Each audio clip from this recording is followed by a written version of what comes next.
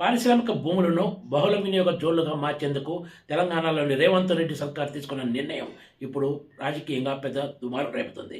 ప్రభుత్వం ఒక పర్పస్ కోసం కేటాయించిన భూమిని అందుకే వినియోగించాలి. అందులో ఏమైనా మార్పులు చేయాలంటే ఖచ్చితంగా ఆ భూమి కేటాయించిన ఏజెన్సీ నుంచి ఎన్ఓసి నిరభ్యంతర పత్రం పొందాల్సి ఉంటుంది. అప్పుడు మాత్రమే ఒక పర్పస్ కోసం కేటాయించిన భూమిని ఇతర పర్పస్కు వాడుకోవడానికి అవకాశం దక్కుతుంది. ఉమ్మడి రాష్ట్రంలోనూ రాష్ట్ర విభజన తర్వాత కూడా కొన్ని సమస్యలకు ఇలాంటి వాటి విషయంలో మినహాయింపులు ఇచ్చారు.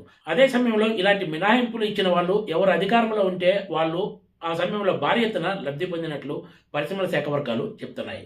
పటాన్చెరు దగ్గర నుంచి నగరం నడిబొడ్డున ఉన్న అసామాబాద్ ఇండస్ట్రియల్ ఎస్టేట్ వరకు ఇలాంటి మినహాయింపులు గతంలోనే ఎన్నో ఇచ్చారు.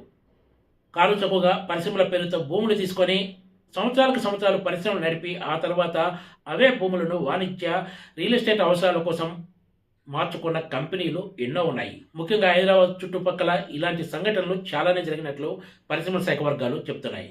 ఒకప్పటి ఆజామాబాద్ ఇండస్ట్రియల్ ఎస్టేట్ నగరం నడిబొడ్డులోకి వచ్చినందున ఇక్కడ పరిశ్రమలు నిర్వహించడం ఏమాత్రం సమంజసం కాదంటూ అక్కడి భూములను ఇతర అవసరాలను వాడుకోవడానికి అనుమతించారు. నగరం నడిబొడ్డు ఉన్న పరిశ్రమలను శివారులోకి మార్చడానికి కూడా అప్పట్లో పరిశ్రమల శాఖ చాలా వరకు సన్నాహాలు చేస్తుంది. కొంతమేర సఫలమైందని కూడా చెప్పొచ్చు. ప్రస్తుతం తెలంగాణలో అధికారంలో ఉన్న రేవంత్ రెడ్డి సర్కార్ ఇలా ఒక్కో కేసు విషయంలో కాకుండా మొత్తం అన్ని పారిశ్రామిక వాడల్లో భూములను మల్టీపర్పస్ జోన్లుగా మార్చడానికి వీలుగా ఒక విధాన నిర్ణయం తీసుకుంది.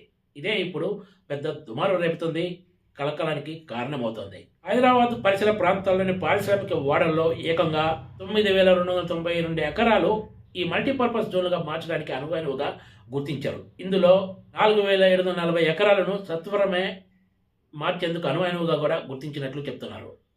అయితే ఇదంతా కూడా ప్రభుత్వం ఒక పక్కా స్కెచ్ ప్రకారమే తెర మీదకి తీసుకొచ్చిందనే ఆరోపణలు వినిపిస్తున్నాయి.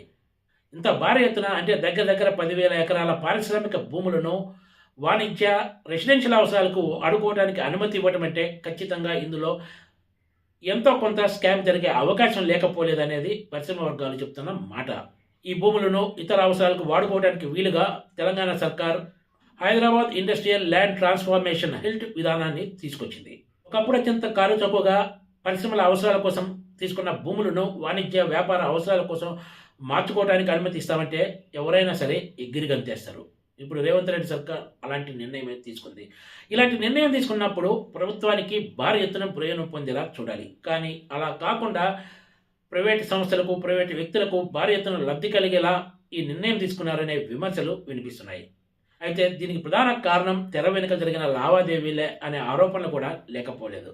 ఇదే అదునుగా బీఆర్ఎస్ నేతలు ముఖ్యంగా ఆ పార్టీ వర్కింగ్ ప్రెసిడెంట్ కేటీఆర్తో పాటు మాజీ మంత్రి హరీష్ రావులు ఈ ఇల్టు విధానం వెనుక ఏకంగా 5 లక్షల కోట్ల రూపాయల స్కామ్ ఉందని ఆరోపిస్తున్నారు.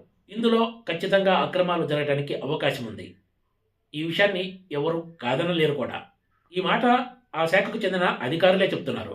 కానీ ఇటు కేటీఆర్ అటు హరీష్ రావులు చేస్తున్న వ్యాఖ్యలు చూసి ఇందులో సీరియస్నెస్ కాస్త కామెడీగా మారుతుందనే విమర్శలు కూడా లేకపోలేదు. బీఆర్ఎస్ నేతల ఆరోపణలపై పరిశ్రమల శాఖ మంత్రి డి శ్రీధర్ బాబు పలుమార్లు స్పందించారు. బీఆర్ఎస్ నేతల దగ్గర ఆధారాలు ఉంటే అవి చూపించి ఆరోపణలు చేయాలి తప్ప అడ్డగోలు విమర్శలు చేయడం సరికాదన్నారు. రాష్ట్రంలో పారిశ్రామికీకరణ అడ్డుకునేందుకు బీఆర్ఎస్ ప్రయత్నిస్తుందంటూ విమర్శలు గుప్పించారు ఆయన. అంతవరకు బాగానే ఉంది. రాష్ట్రంలో కాంగ్రెస్ ప్రభుత్వం అధికారంలోకి వచ్చి 2 సంవత్సరాలు అవుతోంది.